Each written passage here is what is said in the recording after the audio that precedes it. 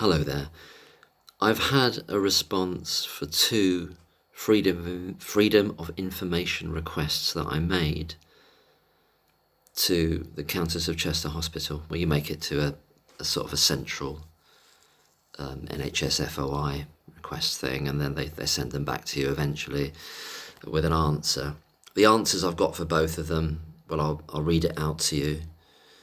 I'm not surprised by them, but I think there's potentially some inferences we can draw. So the first one is as follows. Yeah, this is the first one. It said regarding request for information under the Freedom of Information Act 2000, 8272, that's just the number that they gave it. Thank you for your correspondence dated the 22nd of September 24, making a Freedom of Information request. You requested, that's me, the following information, and our response is detailed below. So this is what I requested, and it was regarding the Countess of Chester neonatal unit between the dates 2013 to 2017, inclusive of those 2 years either side. I asked them the following: please supply a list of bacteria found in routine and any other testing of the neonatal unit, of equipment, taps, sinks, floors, machines, and all and any surfaces, as well as all bacteria found in swabs and any other testing of neonates during the above period. And then I finally asked them, please give dates for when bacteria has been found and where it was found across this time period. And the response is as follows. The Trust has considered this request in the context of the current ongoing legal processes concerning the Trust's neonatal services and does not intend to disclose any such information held by the Trust for the reasons given below. And then it mentions aspects of the Freedom of Information Act 2000, and it restates that there are ongoing criminal investigations and processes following on from the conviction of Lucy Letby. So they make it very specific why they're not answering this. The information requested may be of relevance to those investigations and processes. That's interesting, isn't it? I know they're saying maybe.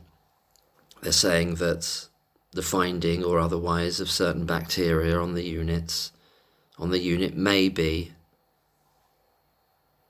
What does it say here? I'll read that again. The information requested may be of relevance to those investigations and processes. By processes, I think they're obviously including the Thirlwall inquiry. But nonetheless, I'll just finish off what it says. At this stage, the Trust considers that any disclosure of the information requested into the public domain would be likely to prejudice the ongoing criminal processes. Ongoing criminal processes. Well, the Thirlwall inquiry isn't a criminal process, is it? So they're suggesting there that, if you take them at their word, that disclosing any information about what bacteria was found across that period of time that I asked them may prejudice an ongoing criminal process, which is reasonable then to infer that any such bacteria that were found, and we know already that Pseudomonas aeruginosa was found on the taps and on 2 occasions in 2015. That's been acknowledged, that's been revealed and reported on nationally. It says the Trust acknowledges the information requested is likely to be of public interest. But it just keeps on stating that, and it says that it is likely that such information will be disclosed into the public domain at some point during the criminal and current inquiry processes, subject to any restrictions on disclosure or publication that may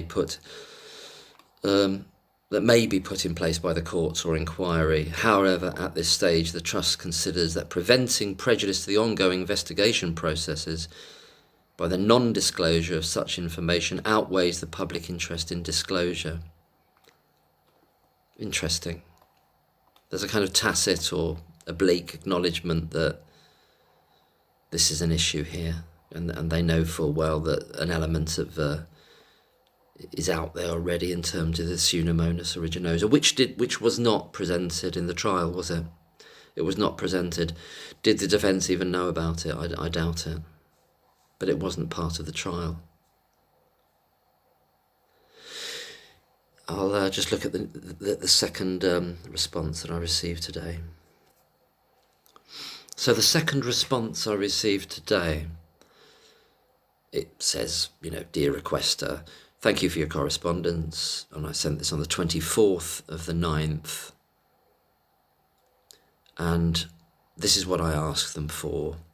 You requested the following information and our response is detailed below. So this is what I asked them for, this second one. There's other ones I've got in there that I haven't heard back from yet, which probably going to end up with the same types of responses, but we'll see.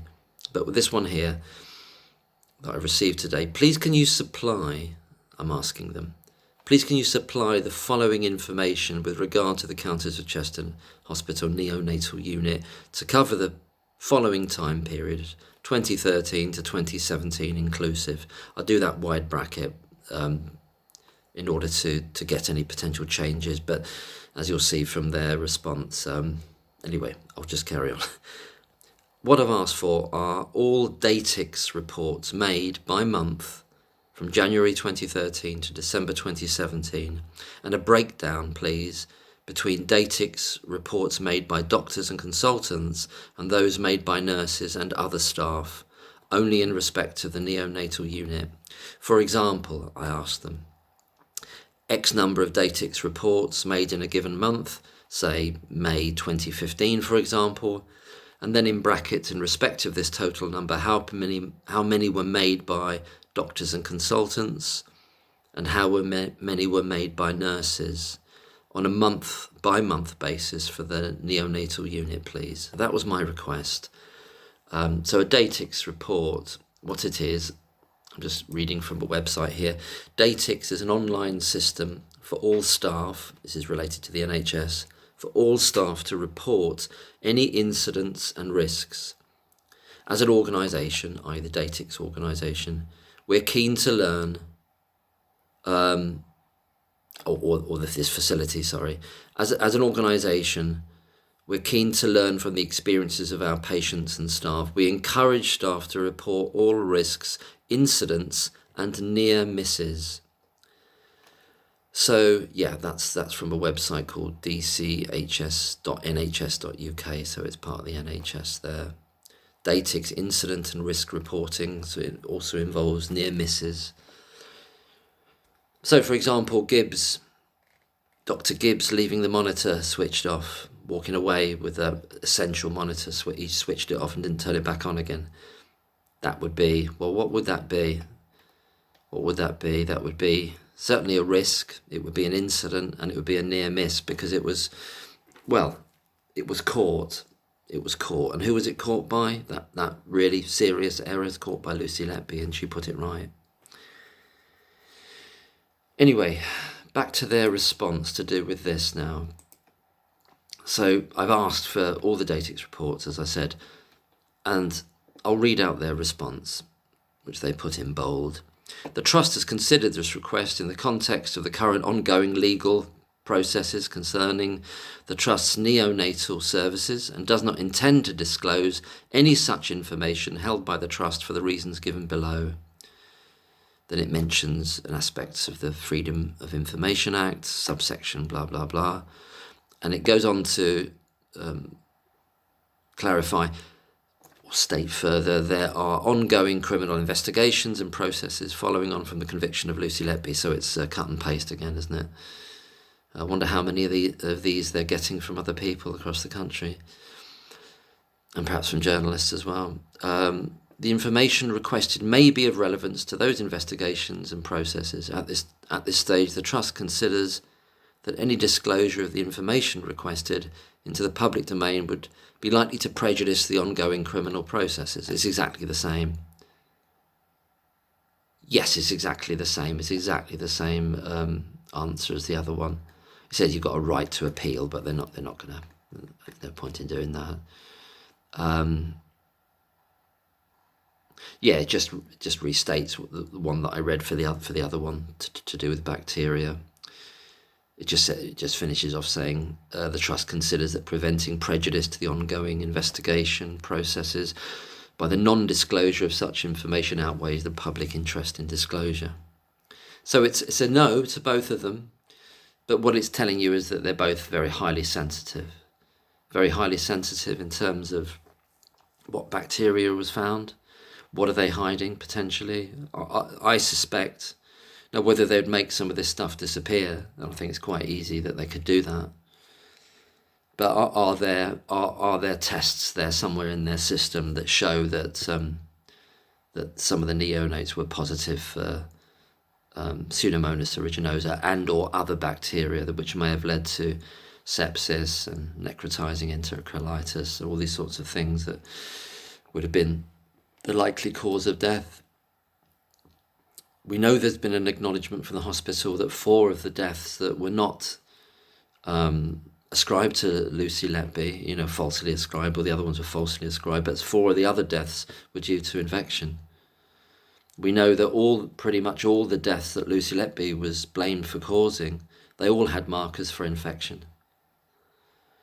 But they obviously don't want to say anything about it, the trust at the moment, because they've got more stuff there. They've got more information on this, I'm sure, unless they've made it disappear somehow, which I wouldn't put past them.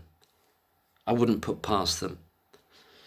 the Datix reports, obviously they weren't going to. I wasn't asking them by name. They'd never have given that to me. Which doctor, which nurse did what?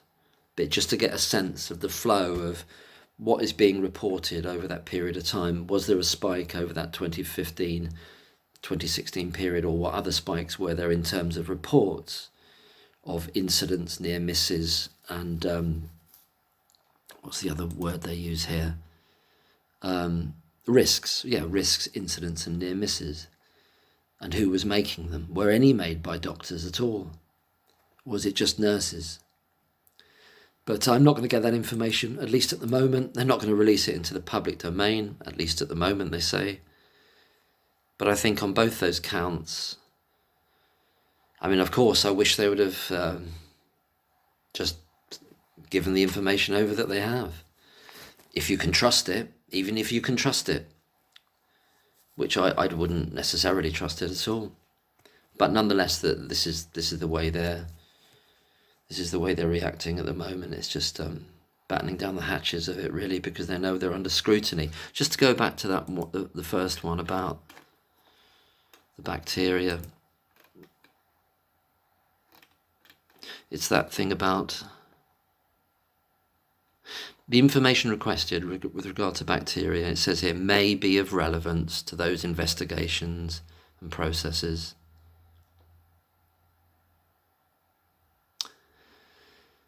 But then it's the next line. I might be reading too much into this, because I think this is almost like an admin thing. Someone's just created this stock response, this default response now, and they're just sending it out for probably many requests that are going in.